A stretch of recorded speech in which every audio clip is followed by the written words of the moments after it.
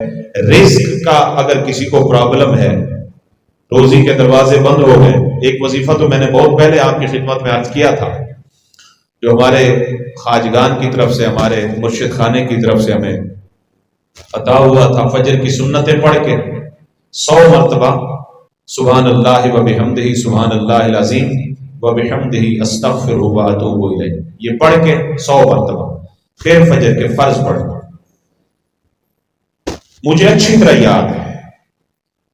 میرے مرشد کریم نے فرمایا تھا، یہ وظیفہ کرنے والا اگر اپنے اوپر جان بوجھ کے رزق کے دروازے بند بھی کر دے، یہ وظیفہ کرنے کی بدولت اللہ کے فرشتے دروازے توڑ کے اس کا رزق اس تک پہنچاتے ہیں۔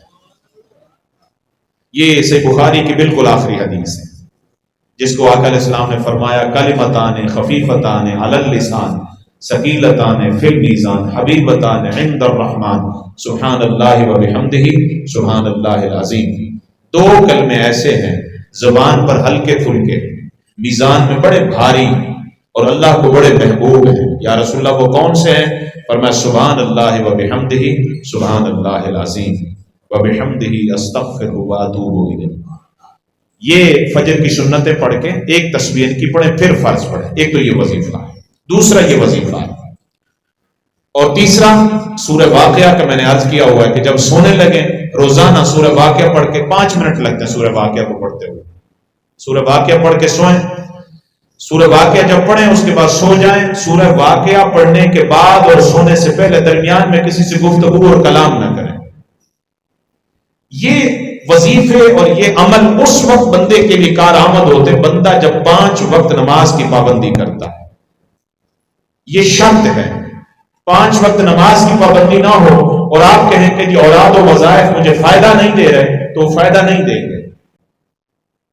سیدنا فاروق اعظم رضی اللہ تعالیٰ عنہ فرماتے ہیں سمعت رسول اللہ صلی اللہ علیہ وسلم یقول، میں نے آقا علیہ السلام کو فرماتے ہوئے سنا۔ آقا علیہ السلام صحابہ سے فرما رہے ہیں میرے غلاموں لو انکم تتوکلون علی اللہ، اگر تم اللہ پہ توکل کرو، اللہ پہ بھروسہ کرو،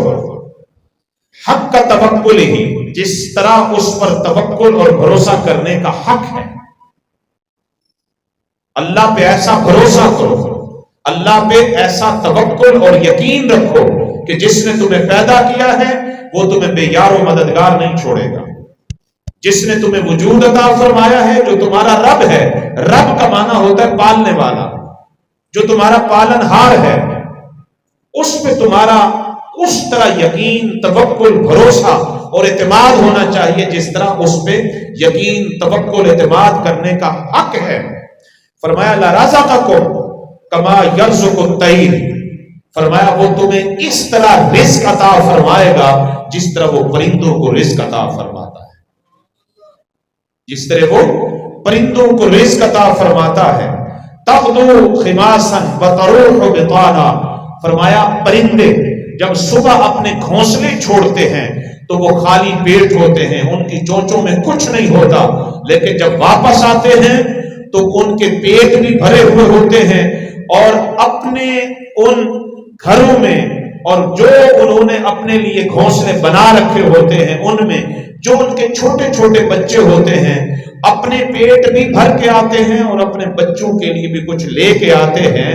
اللہ کریم پر توکل، اس پہ یقین، اس پہ بھروسہ کرنے والوں کو اللہ اس طرح رزق عطا فرماتا ہے جس طرح وہ پرندوں کو رزق عطا فرماتا ہے۔